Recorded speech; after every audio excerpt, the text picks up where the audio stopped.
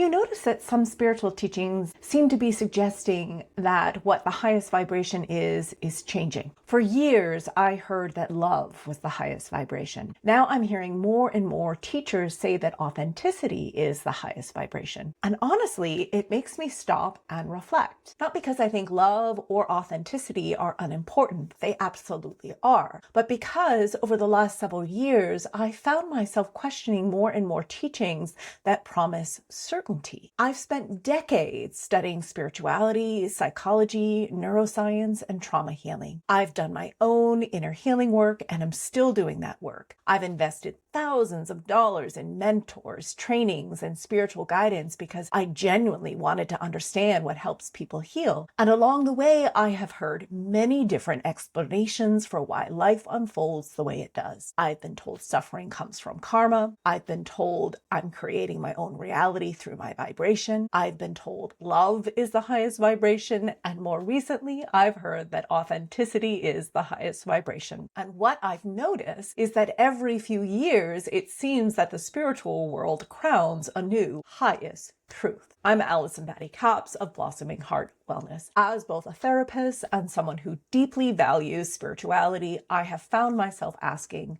different questions. What if the problem isn't whether love or authenticity is the highest vibration? What if the problem is our need to keep ranking one human quality above all others? One thing I've learned over the years is that healing usually becomes distorted when we turn one truth into the entire truth. I understand why authenticity has become so important. Many people have been hurt by spiritual communities that taught them to stay positive, forgive too quickly, suppress anger, or pretend everything happened for a divine reason. For those people, authenticity was not a rebellion. It was healing. It was finally being able to say, I'm angry, I'm grieving, I'm confused, this hurts. That is healthy. But every correction has the potential to become another imbalance because authenticity by itself doesn't lead to wisdom. Someone can be authentically angry, authentically judgmental, authentically cruel, authentically manipulative. Being authentic simply means we're being honest about what we're experiencing internally. It doesn't tell us how to relate to ourselves or other people in a way that causes less harm, which is supposedly the point of spirituality. On the other hand, love without authenticity can become spiritual bypassing. If I tell someone everything is love while ignoring their grief or trauma, that isn't compassion, it's avoidance. So instead of asking whether love or authenticity is the highest vibration, I wonder if we're asking the wrong question. Maybe healing isn't about discovering the one quality that sits above all the others. Maybe it's about integration. Wholeness rarely comes from elevating one virtue. It comes from integrating many virtues in relationship with one another. Authenticity tells us what is true inside of us. Compassion helps us decide what to do with that truth. Humility reminds us that our perspective is always incomplete.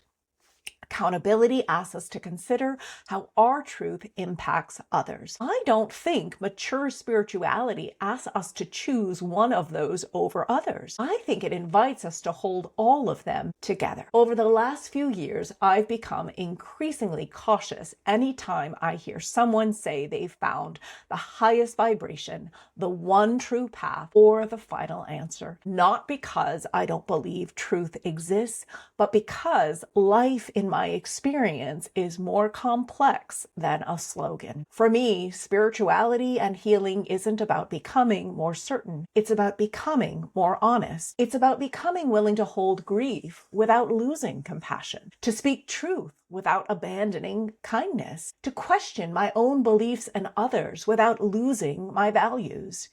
I don't want a spirituality that asks me to deny the reality of being human. I don't want one that asks me to abandon love. I want one that can hold both. And I'd love to hear your thoughts. I think that we all come to our own conclusions based on what we all need to feel secure inside ourselves, and that there isn't one right way to experience spirituality or the world. So I ask you, have you ever noticed yourself replacing one spiritual certainty with another? And if so, what do you think that was about? Or have you found a way to hold authenticity and compassion and multiple perspectives simultaneously. If this resonates, I hope you'll consider following or perhaps going deeper by reading my book, The Divine Within, Healing Ourselves to Heal the World. Or if you're interested in exploring yourself on a deeper level to better understand why you believe what you believe and how you can show up for yourself in a more compassionate way and engage with others in ways that creates less harm, I invite you to consider working with me by going to my website, blossomingheartwellness.com. I'm sending you deep love and appreciation for who you are.